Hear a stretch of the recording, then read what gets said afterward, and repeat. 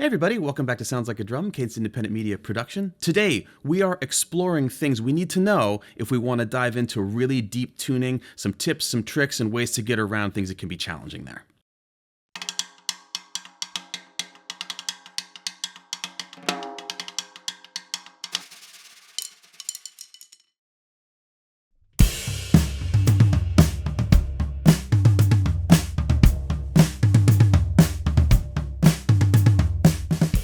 When I first started out, I was all about tuning my drums as low as I possibly could, really thick heads, all sorts of little things to get the deepest, beefiest sound I possibly could. And moving through lots of styles and experiences after that, branched out a little bit, but this is still a sound that we love here at the studio. I use it all the time.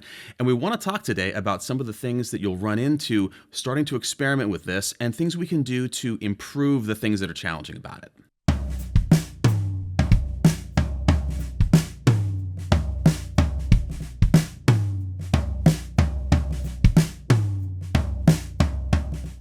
First up, something I discovered right away when I was trying out tunings like this is that the lifespan of the head gets shorter in a hurry.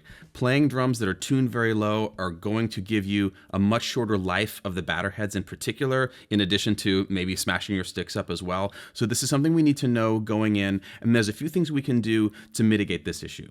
The first thing that we can do is make intelligent choices about what heads we're going to use if we're going to be spending a lot of time tuned super low. What this means for us is moving to a thicker single ply head or maybe upgrading to a 2-ply head so that we can get more mileage out of the film. An additional benefit of moving to thicker heads is that you're going to have a little bit more rebound and a little bit more articulation at these lower tunings because of the added mass of the heads themselves. This means that they're going to feel better, they're going to give you more energy back, and you're going to work a little less harder to get through the playing that you're doing by having that added mass. If you happen to be a player who uses sticks that have a very small round bead as opposed to something larger, moving to something that has more surface area on the tip where it contacts the head is also going to expand the life of whatever drum heads you happen to be using.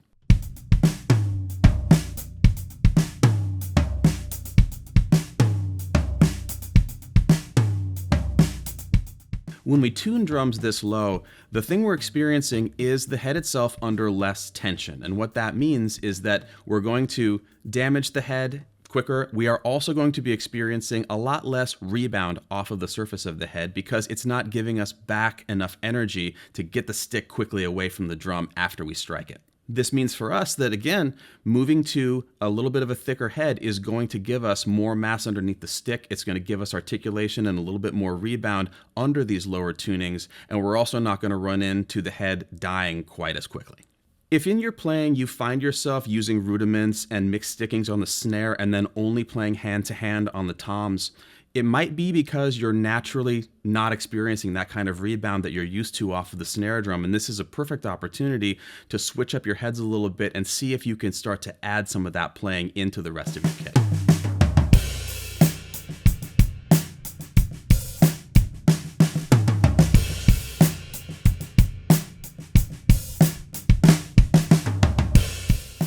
Another glaring issue with using super low tunings is that we hope we're projecting this sound to the audience and to microphones and whatever might be a distance away from us. And oftentimes when you step away from the kit and have somebody else hit it, you discover that the tone you're hearing at the throne is not getting very far away from the kit at all. Today we want to move through a little bit of demoing here where you get to hear the close mic sound, the overhead sound, and a room mic that we've placed 6 feet away from the kit. First, let's hear the toms by themselves, and then we'll hear them in the context of a groove.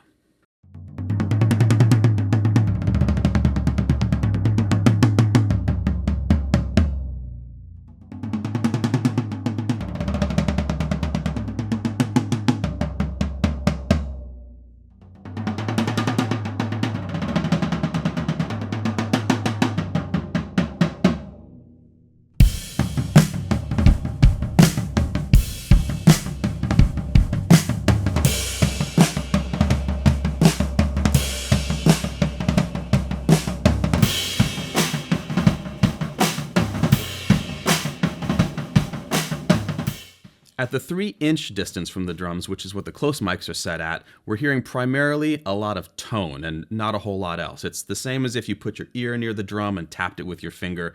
Big, big tone. Moving to the overheads that are 3 feet away, the balance is starting to move away from tone and toward attack because of the distance, because of the rest of the space where the sound is getting to move around. If you used higher tunings, there would be a significantly larger amount of tone in mics that are further away because at a higher tuning, the drums are projecting it more. They're throwing it further.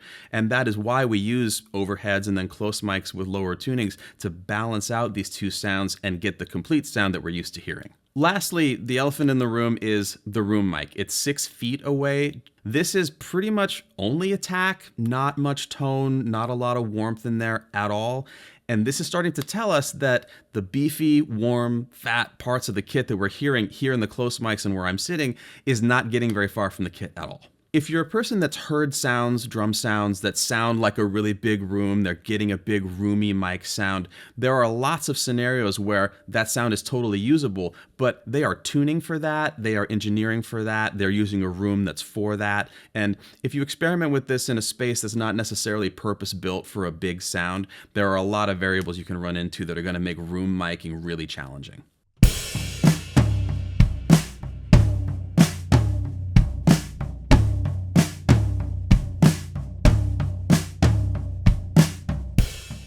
Now, focusing on the toms, in order to get around some of the challenges that we have in terms of rebound, durability, and a little bit of tone as well, we want to adjust tuning a little bit and start to introduce a little bit of muffling so that we can really focus the fundamental and give ourselves the experience of this low tuning with a little more tension on the heads. For that today, we're going to use E-rings on the toms and tape them down so they stay put and make a couple of tuning adjustments to both of them.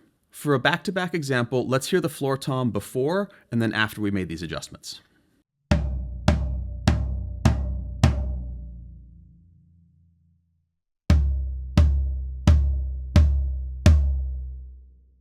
When using muffling of any kind, but particularly something substantial like E-rings, the tuning that's going to get you the best result might not be the same tuning that was getting us a good result before we put them on there. So in the case of both of the toms, I raised the batter tension slightly and I lowered the reso head tension slightly. Not a lot. We're trying to stay in a similar pitch range, but the real goal here is to give ourselves more durability, more articulation and rebound off of the heads, and make sure that we're still getting a nice beefy sound out of the drums.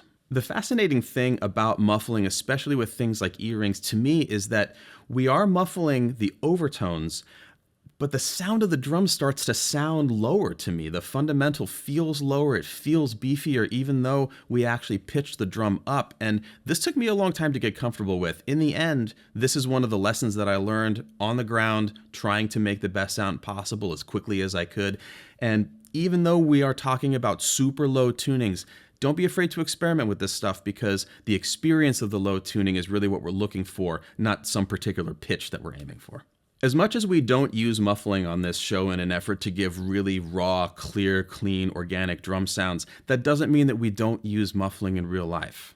It's actually a thing that we carry all the time. There's a right time for even pretty dramatic amounts of it.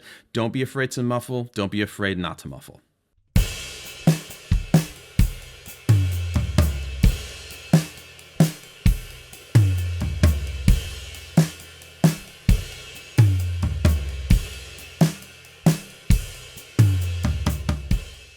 We're going to go ahead and say that the real bottom line here is that an awful lot of drummers tune their drums a lot lower than they should be for the situations that they're playing in. And I'm not just talking about stylistic situations. It's also the stages that you might be performing on, or maybe even you're playing outdoors and the miking is minimal. We have to consider the possibility that the tuning we're using is not delivering what we think it is, and get out from the idea that we can just stand on principle and say, this is how I tune my floor tom, full stop. Because that's an unmusical way of thinking. It's uncollaborative with anyone else that you're working on music with.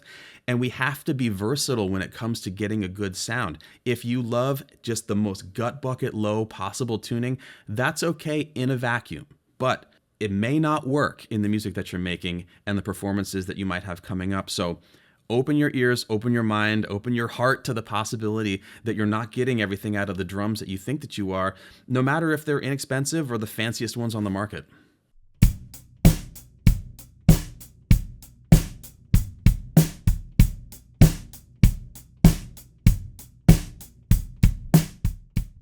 Thanks so much for watching. If you enjoyed this demonstration today, please follow the link below to the Patreon. Check out everything we have to offer over there. It's growing all the time, and it's the best way to help support the show. If you've ever asked us to follow down on a subject for you, that's the best place to help us do that.